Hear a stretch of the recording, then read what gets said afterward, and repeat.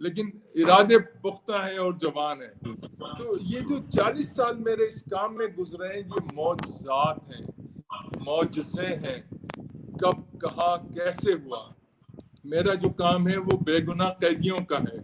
میرا جو کام ہے جو دنیا بھر میں لوگ پھنسے ہوئے ہیں ان کو وہاں سے نکالنا ہے, وہ کسی بھی ملک کے ہوں. اور جب میرے پاس کچھ فیملیز آئیں اور انہوں نے کہا کہ ان کے کچھ لوگ شپ پہ پھنسے ہوئے ہیں اور شپ کو ہائی جیک کر لیا گیا ہے, اس کو کچھ دہشت گردوں نے اغوا کر لیا ہے جہاز کو, اور وہ ایک سال کا قریب ہو رہا ہے ان کو مارتے پیٹتے ہیں.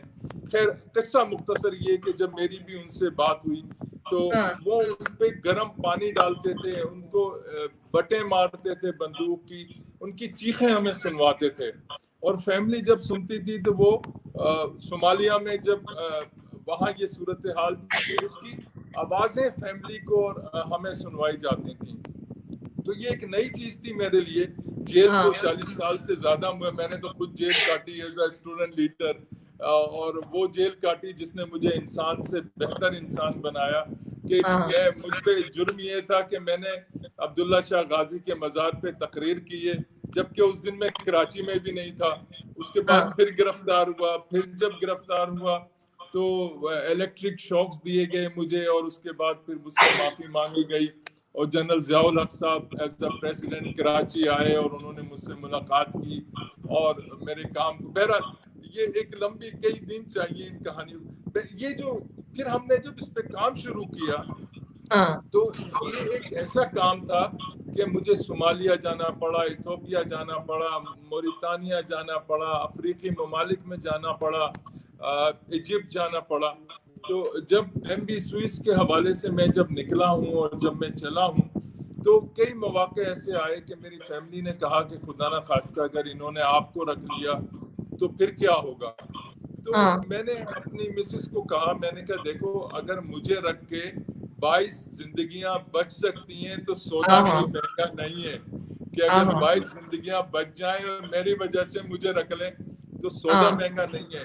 پھر کئی مواقع ایسے آئے کہ آپ کو پتہ ہے جلن اور حسد ہمارے اس خطے کی ایک بڑی خوبی ہے.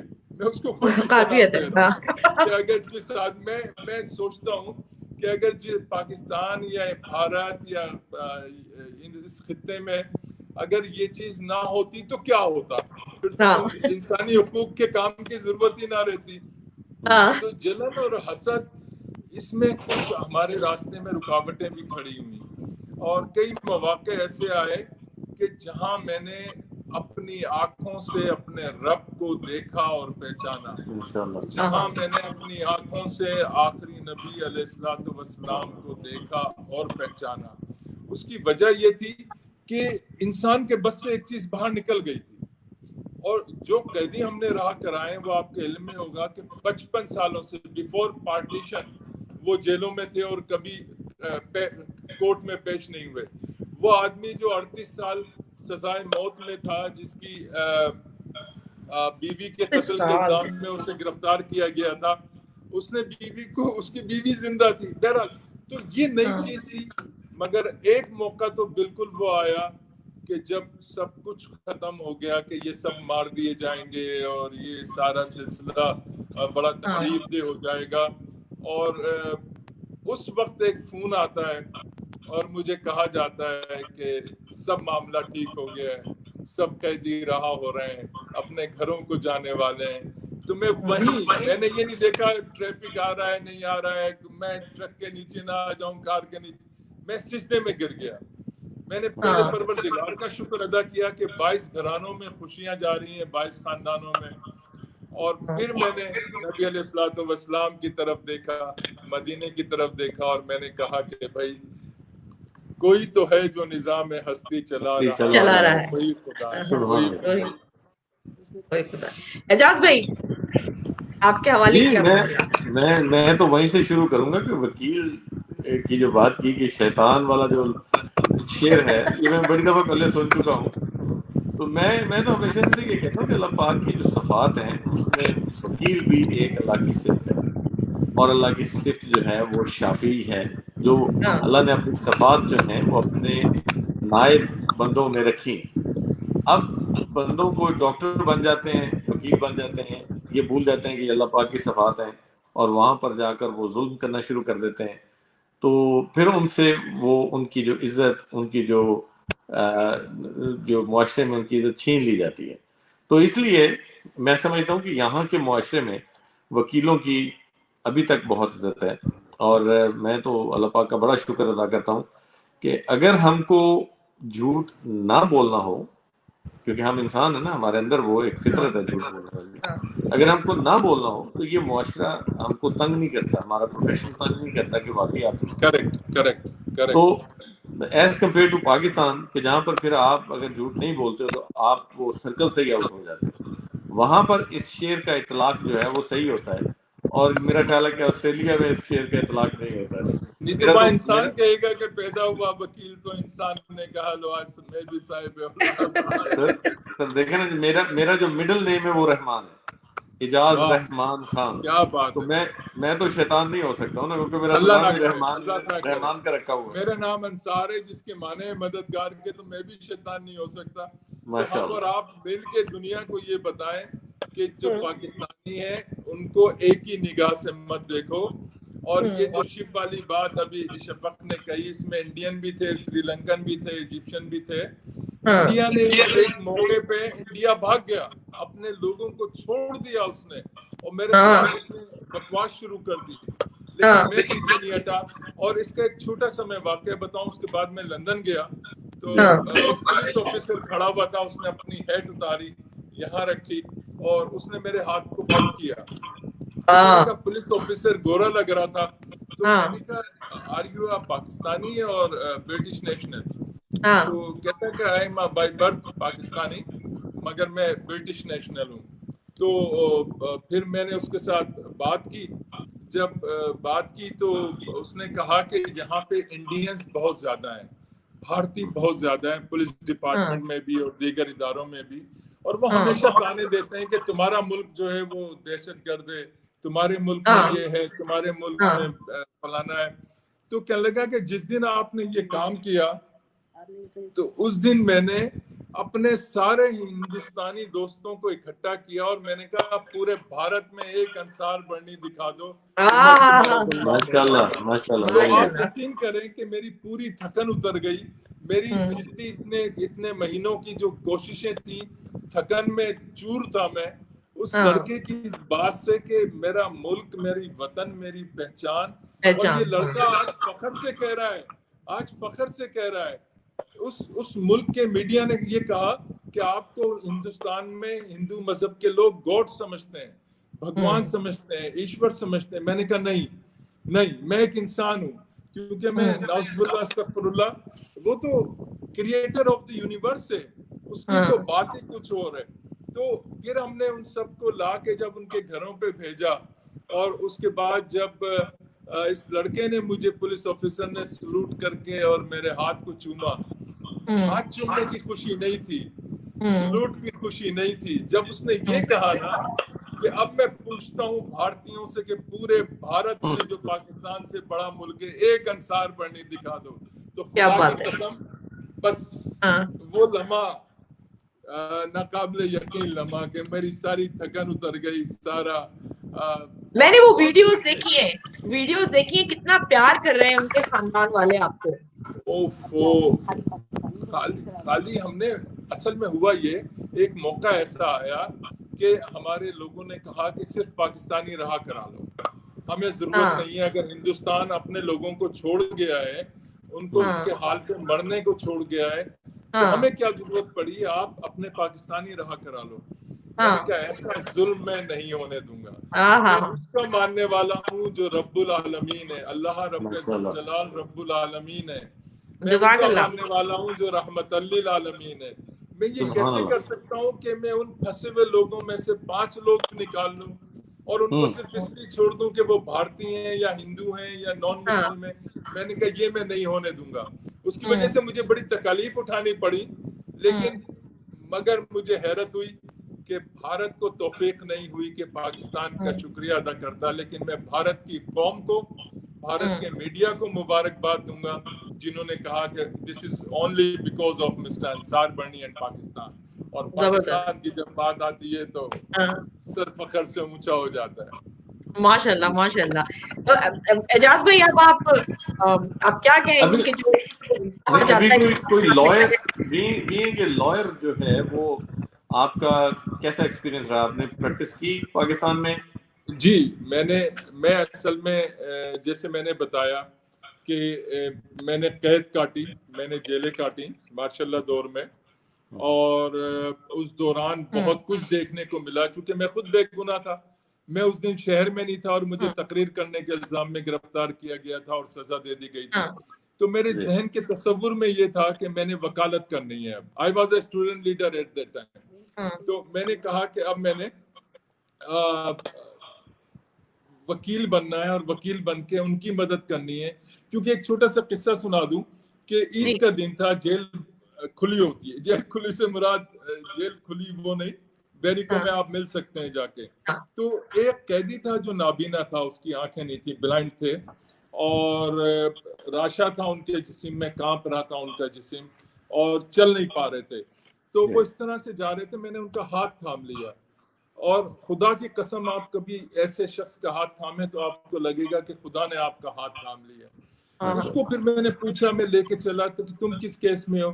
کہنے لگا کہ میں فلانی جگہ رہتا تھا, وہاں کوئی قتل ہو گیا, پولیس آئی, مجھ سے پوچھا, میں نے کہا مجھے تو نظر ہی نہیں آتا. پولیس نے کہا تھانے چل کے بیان دے دو, اور مجھے قتل میں بند کر دیا.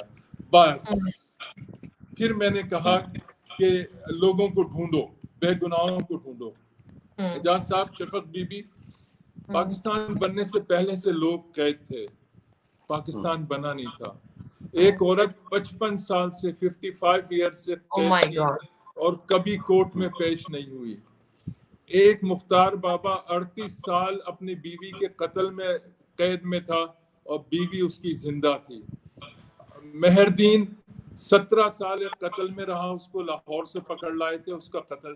ایسے ہزاروں کیسز ہیں, ہزاروں کیسز ہیں. اور ہم نے ان سب کی رہائی میں پھر وکیل بنا. جب وکیل بنا تو وہی بات تھی کہ حسبنا اللہ, یعنی اللہ کی صفت میں سے ایک صفت وکیل کی ہے. اور لیکن شروع میں بڑی دشواریاں ہوئیں, کیونکہ سوری ٹو سے پاکستان میں پیسہ, جھوٹ, منافقت اگر نہیں ہے تو آپ اچھے وکیل نہیں بن سکتے.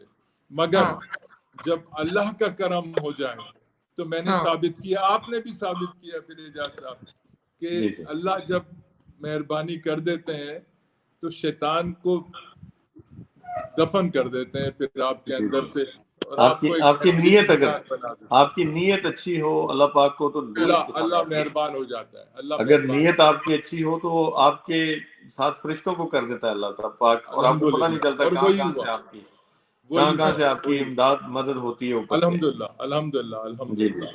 اب دو لائر بیٹھے ہیں, سوری, کبھی یہاں پر جی بولیں. یہاں پر سڈنی میں گورنمنٹ کا فنڈڈ ایک ادارہ ہے جس کو لیگل ایڈ کہتے ہیں. وہ جتنے بھی لوگ اپنے لائرز کو افورڈ نہیں کر پاتے, وہ ان کو free legal advice, legal representation جو ہے وہ اس کو ملتی ہے اس ادارے کی طرف سے. پرٹیکولرلی جب کوئی بھی بندہ جیل چلا جائے, اس کے پاس کوئی فیملی ممبر نہیں ہے, اس کا کوئی وارث نہیں ہے, تو وہ لیگل ایڈ والے سب سے پہلے اس کو ریپرزینٹ کرتے ہیں کورٹ میں. تو اس طرح کا کوئی ادارہ پاکستان میں بنانا کے کبھی سوچا؟ دیکھیے, انصار برنی ٹرسٹ یہی کام کر رہا ہے, فیس کے بغیر لوگوں کی مدد کرتا ہے. مسئلہ یہ ہے کہ یہ جس ادارے کی آپ آسٹریلیا میں بات کر رہے ہیں, یہ پورے یورپ, پورے امریکہ, دنیا بھر میں ہے, پاکستان میں بھی ہے. پاکستان میں آپ کو حیرت ہوگی, مگر کہاں ہے, کیا کرتا ہے, ورکنگ کنڈیشن میں نہیں ہے, کتابوں میں ہے. نہیں, فیسیں سب کو مل رہی ہیں, ساری چیزیں ہوتی ہیں, الحمدللہ الحمدللہ الحمدللہ. کتابوں میں ہے, ڈھونڈتا پھرتا ہوں, لیکن اللہ کا احسان ہے کہ 40 سال سے ہم جو کام کر رہے ہیں اس میں ہم زکوٰۃ جن پہ واجب ہے, جن کو دی جانی چاہیے, تو ہم ان کے لیے فری کیسز کرتے ہیں, ٹوٹل 100% فری ہوتے ہیں. اور اس میں آپ کو پتہ ہے کہ پاکستان میں سیڑھی چڑھتے ہیں تو پیسے خرچ ہونے شروع ہوتے ہیں, اس کے بغیر کام ہوتا نہیں. تو وہ میرے وکیلوں کو بھی کرنے پڑتے ہیں. مجھے پتہ ہے رشوت دینا بھی حرام ہے, لینا بھی حرام ہے, لیکن اگر نہیں دیں گے آپ تو سفر کون کرے گا؟ وہ غریب آدمی جو بے گناہ ہے، جس کے لیے آپ کورٹ میں جا رہے ہیں، تو دینے پڑتے ہیں۔ میں ان اداروں کو ڈھونڈتا ہوں کہ وہ ادارے کہاں ہیں۔ عدالتوں نے بھی بنائے ہوئے ہیں، حکومت نے بھی بنائے ہوئے ہیں، پتہ نہیں کیا۔ سر آپ پچھلے دو تین ویک پہلے شفق نے جو فارن منسٹر قریشی صاحب ہیں ان کے ساتھ ایک انٹرویو کیا تھا، تو وہاں پر بھی میں بھی اس میں موجود تھا، تو میں نے ان کے گوش گزار یہ سفارش کی تھی کہ آپ پاکستانی لائرز، پاکستانی ججز کی ایک جو کمیٹی ہے وہ بنائیں وہاں پہ، اور ہم جو لوگ یہاں پر آسٹریلیا میں ہیں لائر پاکستانی بیک گراؤنڈ کے، اور یہاں کے جو لا سوسائٹیز ہیں ان کے ساتھ ان کا میوچل کوآپریشن کا ایک MOU سائن کرتے ہیں، تاکہ وہ ہم سے کچھ سیکھیں، ہم ان سے کچھ سیکھیں، ہو سکتا ہے کہ ہم ان کے لیے کچھ مدد کر سکیں۔ تو انہوں نے بڑے اچھے طریقے سے کہا تھا کہ آپ اپنی پرپوزل بھیجیں اور میں پھر لا منسٹر سے بات کرتا ہوں۔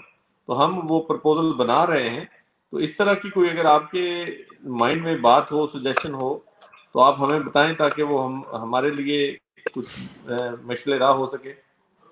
دیکھیے ہمارے آپ کو پتہ ہے کہ صرف ایک ہی کام ہوتا ہے، ڈیلیگیشن جاتے ہیں، وہاں رہتے ہیں، مزے کرتے ہیں، گھومتے پھرتے ہیں اور واپس آ جاتے ہیں۔ ہم وہ نہیں چاہتے۔ تو اگر ڈیلیگیشن چاہیے تو بہت مل جائیں گے آپ کو۔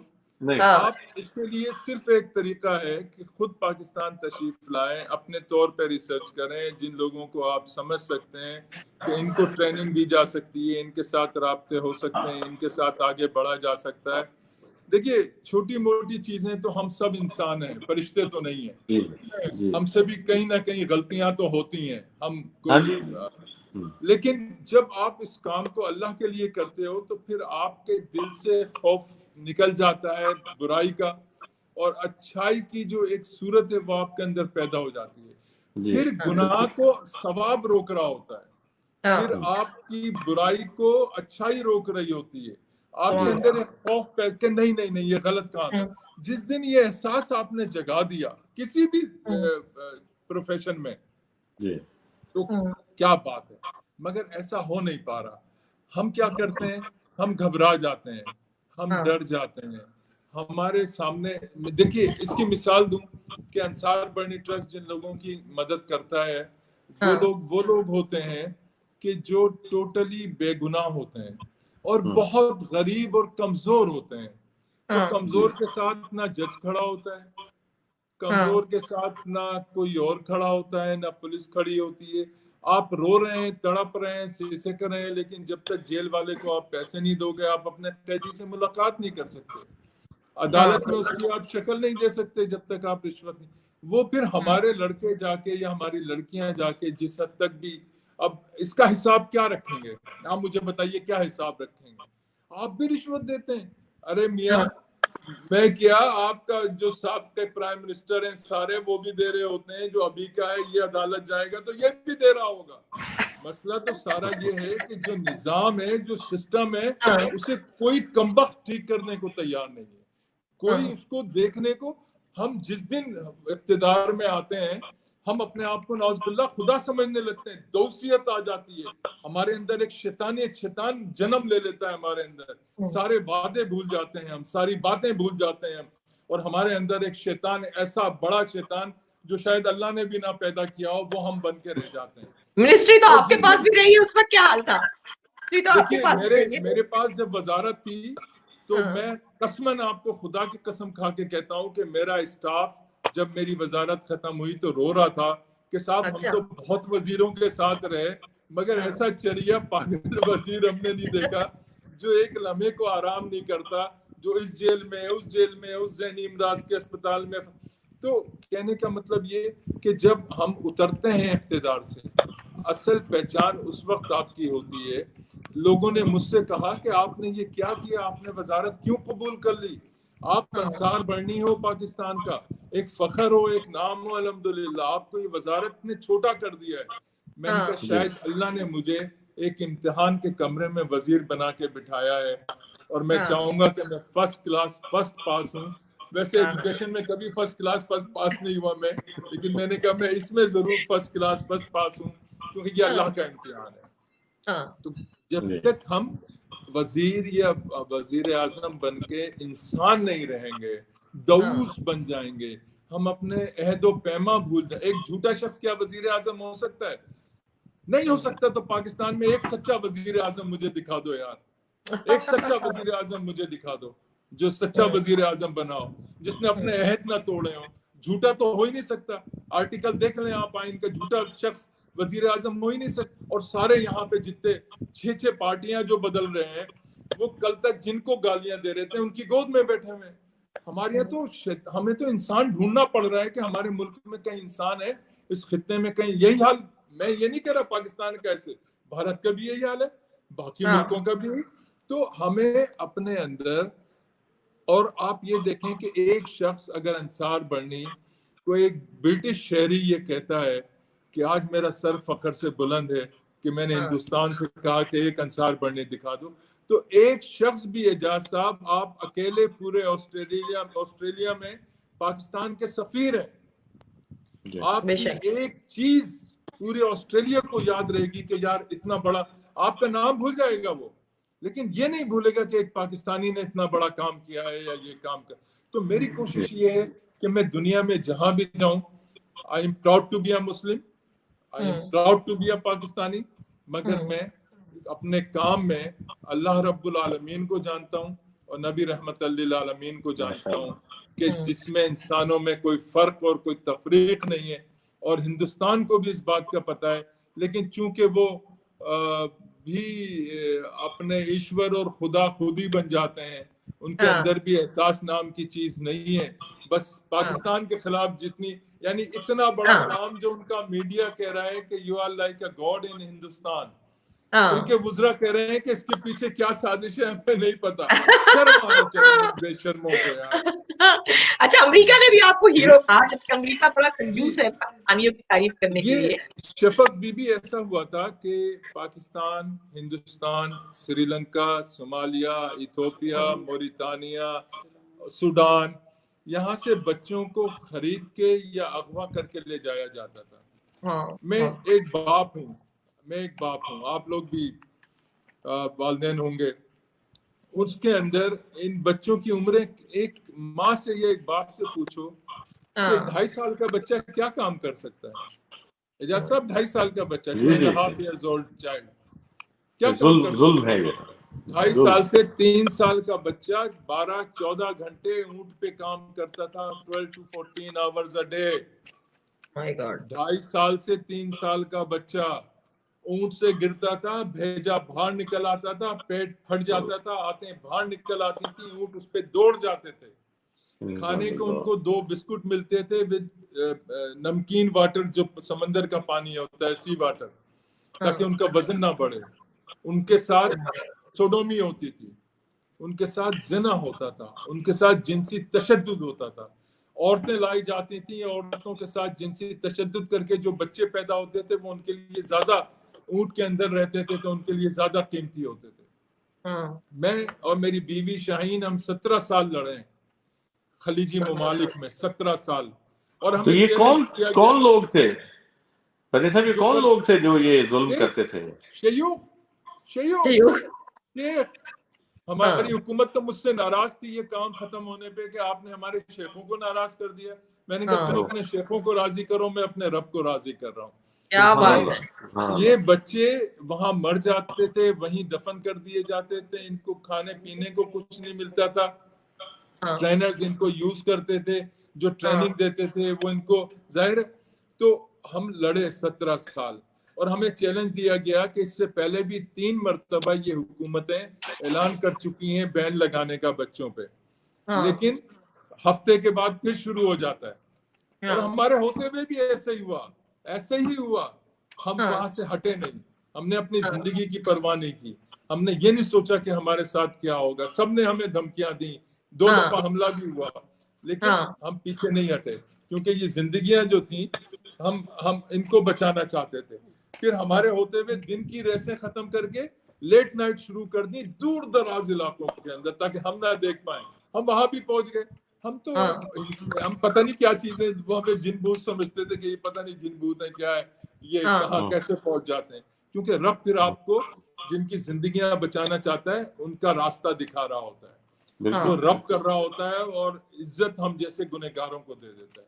17 سال لڑنے کے بعد جب چیلنج ملا کہ یہ اب بھی ایسے ہی ہوگا, تو میں نے کہا اب ایسا نہیں ہوگا, یہ ایک چریا پاکستانی آیا ہے یہ. اچھا وہاں لوگ مجھے, شاید رنگ تھوڑا سا میرا سانولا سا ہے تو تھوڑا سا لوگ مجھے امریکن سمجھتے تھے, میں بھی اسی انداز میں وہاں اپنے کہ اگر سمجھتے ہیں تو سمجھتے رہیں. اور جب یہ سب ختم کیا اور نیکسٹ ڈے ہم عزبہ میں گئے, عزبہ کہتے ہیں جہاں اونٹ کی بچے رہتے ہیں, جہاں بچے وہاں جہاں قید میں رہتے ہیں, پرائیویٹ کیمپس کے اندر قید میں رہتے ہیں.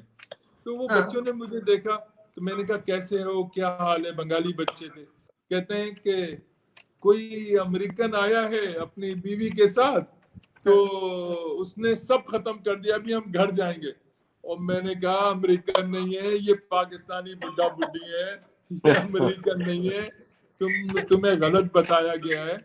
تو پھر یہ جب ہوا تو امریکہ کی اسٹیٹ ڈپارٹمنٹ نے مجھے international hero, anti human trafficking hero declare کیا. کیا بات ہے. ہم ہیومن ٹریفکنگ کے خلاف بھی کام کر رہے ہیں. ہم, آپ کو پتا ہوگا کہ یہاں سے کم عمر لڑکیوں کو لے جایا جاتا ہے سیکشول ابیوز کے لیے, اس پہ ہم کام کر رہے ہیں اور بے تحاشا لڑکیاں ہم نکال کر لائے ہیں. اور پتہ نہیں میں کہوں نہ کہوں, چلے میں نہیں کہتا, ایسی جگہوں سے بھی نکال کر لائے کہ جہاں آپ کے رونگٹے کھڑے ہوتے ہیں, جہاں آپ خدا سے صرف بھیک مانگ رہے ہوتے ہیں, جہاں آپ کا جسم کانپ رہا ہوتا ہے, روح کانپ رہا ہوتا ہے, آپ کے کیے ہوئے سارے گناہ آپ کو یاد آ رہے ہوتے ہیں اور آپ معافی وہاں سے بھی نکال کے ہم ان لڑکیوں کو لائے جہاں ان کو سیکشل ابیوز کے لیے 5 اسٹار ہوٹلز جو بنے ہوئے ان کے اندر لے جایا جاتا ہے. لیکن ہم نے اس ادب, اس احترام, اس رتبے, اس پروردگار کی کرم نوازی کے حوالے سے ہم نے اس کو پبلسٹی نہیں دی. ہم جو لڑکیاں لاتے ہیں ان کو ان کے گھروں پہ پہنچاتے ہیں. ہم پاکستان میں مارننگ شوز کے خلاف, شدید خلاف, کیونکہ گھروں سے بھاگی ہوئی لڑکیوں کو جس طریقے سے تماشا لگایا جاتا ہے دنیا میں ایسا نہیں ہوتا. 10-10 لاکھ روپے کے بچے, نوزائیدہ بچے ایڈاپشن کے نام پہ بیچے جاتے ہیں. ہم نے اس سے بھی لڑے ہوئے ہیں. آپ مجھے میڈیا پہ بہت کم دیکھ رہے ہوں گے کیونکہ وہ یہ چاہتے ہیں کہ آپ اپنے ساتھ ایک بیوہ لے آئیے, ایک لنگڑی لولی لے آئیے, ایک بچہ کہیں پڑا ہوا ملا ہو وہ لے آئیے. یہ انسان ہیں جن کو آپ تماشا بنا رہے ہیں. میں ان کو تماشا نہیں بننے دوں گا. مجھ سے سب ناراض رہے, میرا رب اور اس کا نبی مجھ سے راضی رہے, مجھے کسی کی پرواہ نہیں ہے. جب آپ نے ابتدا کی تھی تو آپ اکیلے تھے, اب بہت ساری این جی اوز بن گئی ہیں تو آپ نالا نظر آتے ہیں مجھے, کیا آپ ان کے کام سے خوش نہیں ہیں؟ نہیں, دیکھیے این جی اوز اللہ کے لیے ہوتی ہیں. اگر آپ ایڈاپشن کے نام پہ بچہ 10 لاکھ روپے کا بیچ رہے ہیں کہ میں یہ شیورٹی رکھ رہا ہوں, نوزائیدہ بچے کی شیورٹی کیا رکھ رہے ہیں آپ؟ اور یہ بچہ آ کہاں سے رہا ہے؟ آپ کے شیلٹر ہوم میں پیدا ہو رہا ہے, آپ کے گناہ سے پیدا ہو رہا ہے, آپ کے ظلم و ستم سے پیدا ہو رہا ہے. یہ آ کہاں سے رہا ہے؟ اس کا ایک سرکار کا طریقہ کار ہے. اجاز صاحب وکیل ہیں آپ, بچہ ملے, لاش ملے, اس کی انٹری ضروری ہے کہ یہ لاش کہاں کس کی ہے, یہ بچہ کس کا ہے, کہاں سے پیدا ہوا ہے, یہ لیجیٹیمیٹ ہے یا لیجیٹیمیٹ ہے. یہ سارا اس کا ایک طریقہ کار ہے. پیرنٹس ڈھونڈیں اس کے. آپ بچہ لیا, صبح ٹی وی پہ بیٹھے اور اس کو 10 لاکھ کا کہ جی یہ میں شیورٹی لے رہا ہوں. کس چیز کی شیورٹی لے رہے ہیں؟ یہ 10 لاکھ آپ اپنے حرام پیٹ کے لیے لے رہے ہیں. بچے کیوں آپ بیچ رہے ہیں؟ چلیے آپ نے, شفق بی بی آپ نے کہا کہ آپ ہمدردی میں 10 لاکھ دے کے خرید لیتی ہیں. آگے کسی نے اس کو 10 لاکھ خرید کے 12 لاکھ میں اس کی آنکھیں اور گردے نکالے اور بیچ دیے, پھر کیا ہوگا؟ آپ کی تو شیورٹی آپ کو مل گئی, 10 لاکھ آپ کو مل گئے. پھر جو لڑکی گھر سے بھاگ رہی ہے اس میں اس کا عشق ہے, وہ ظلم و ستم کی کہانی اس کو میڈیا پہ بیٹھ کے بتائی جاتی ہے.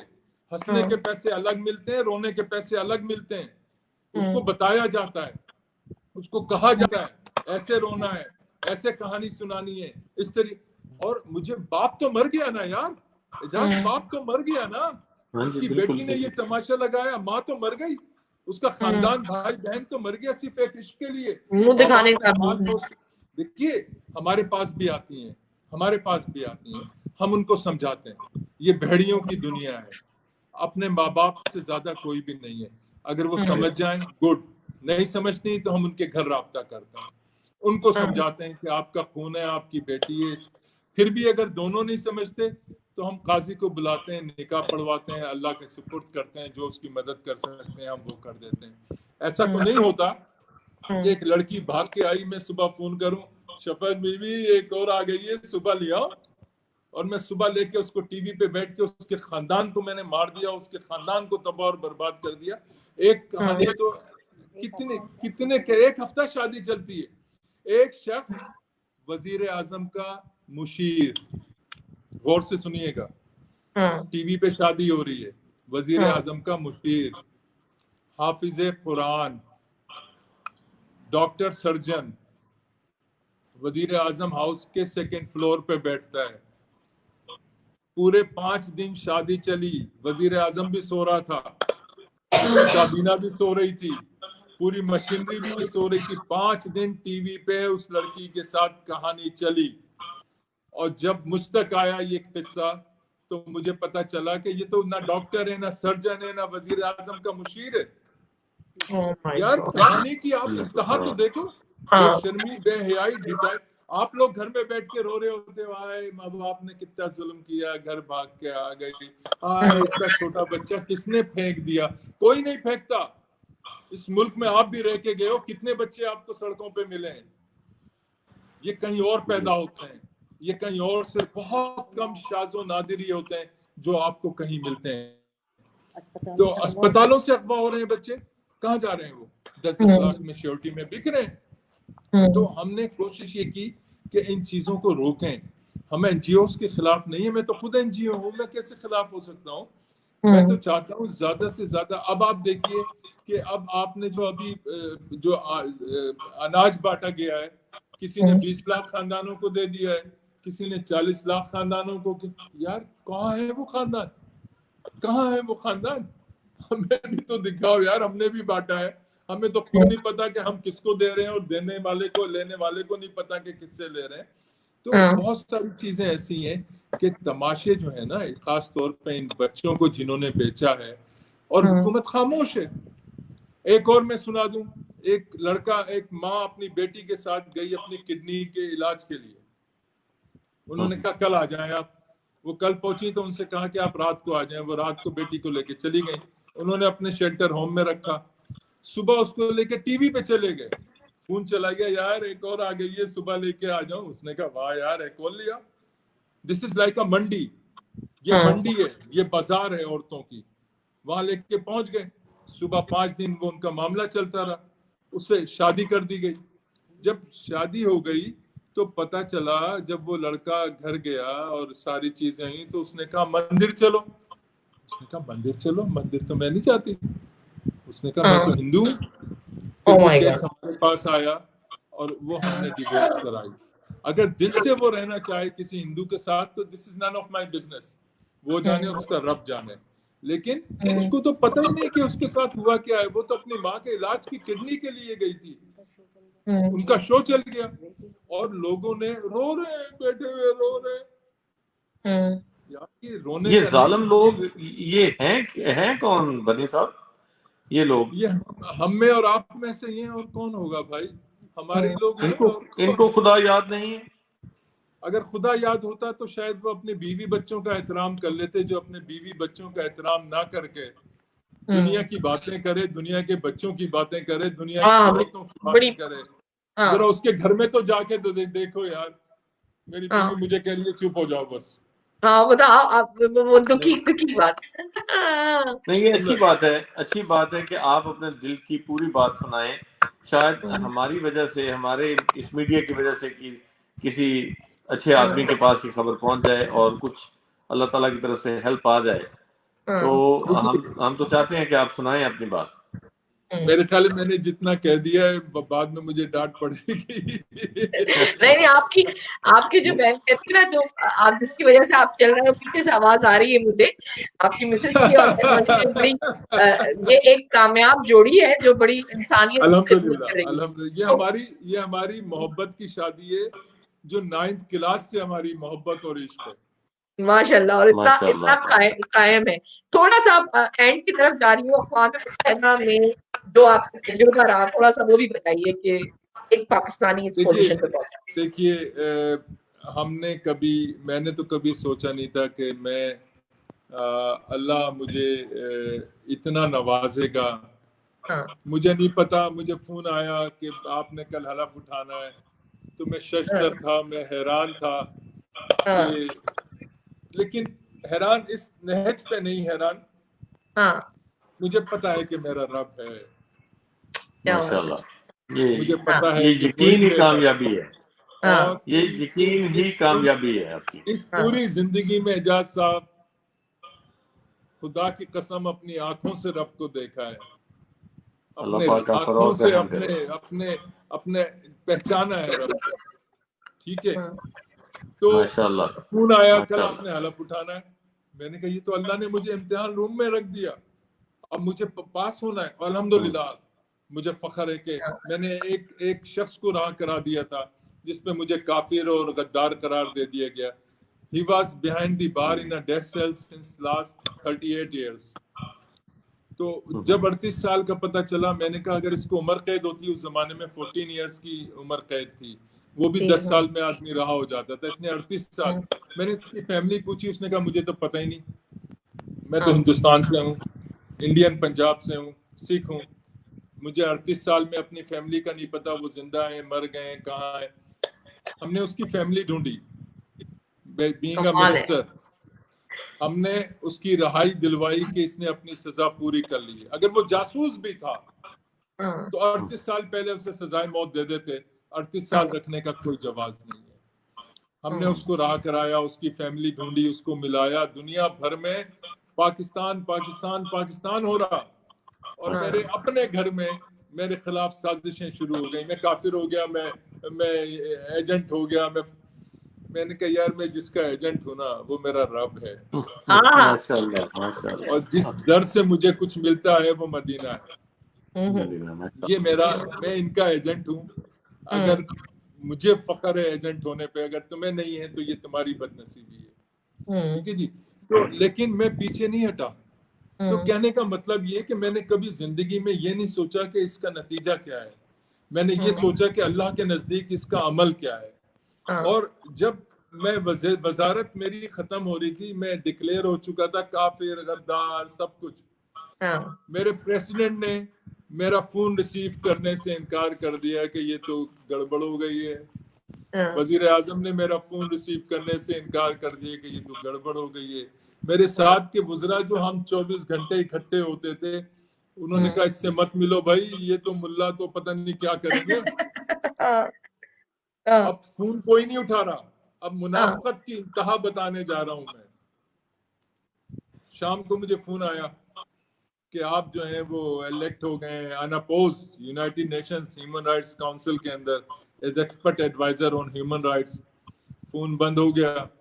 فون کے کچھ دیر کے بعد فیکس آ گیا ہوگا فورن آفس میں، وہ خبر چل گئی کہ انصار برنی جو ہیں وہ اناپوز ہیومن رائٹس کے ایکسپرٹ ایڈوائزر اناپوز الیکٹ ہو گئے ہیں یونائٹڈ نیشنز میں.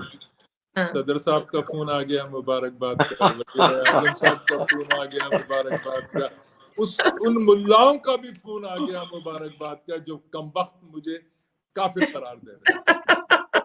میں اس معاشرے میں رہتا ہوں، اور اس معاشرے میں کام کرنا، جیسے میں نے کہا نا کہ آپ بات کر کے دیکھیں، میڈیا آپ سے ناراض ہو جائے گا. مارننگ شوز کے خلاف آپ بول نہیں سکتے، بچے بیچنے کے خلاف آپ بول نہیں سکتے، آپ ان شادیوں کے، کیونکہ اسی سے تو کمائی ہو رہی ہے، حرام کمائی اسی سے تو ہو رہی ہے، دونوں مل کے کما رہے ہیں.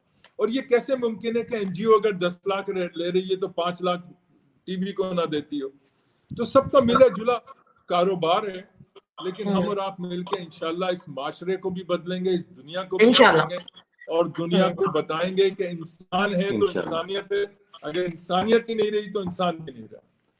سر جاتے جاتے ادھر آپ پاکستانیوں کے لیے جو اوورسیز پاکستانی ہیں پہ پیغام دے جائیں، کیونکہ آپ نے تو بڑا کام کیا، آپ نے مختلف ملکوں میں.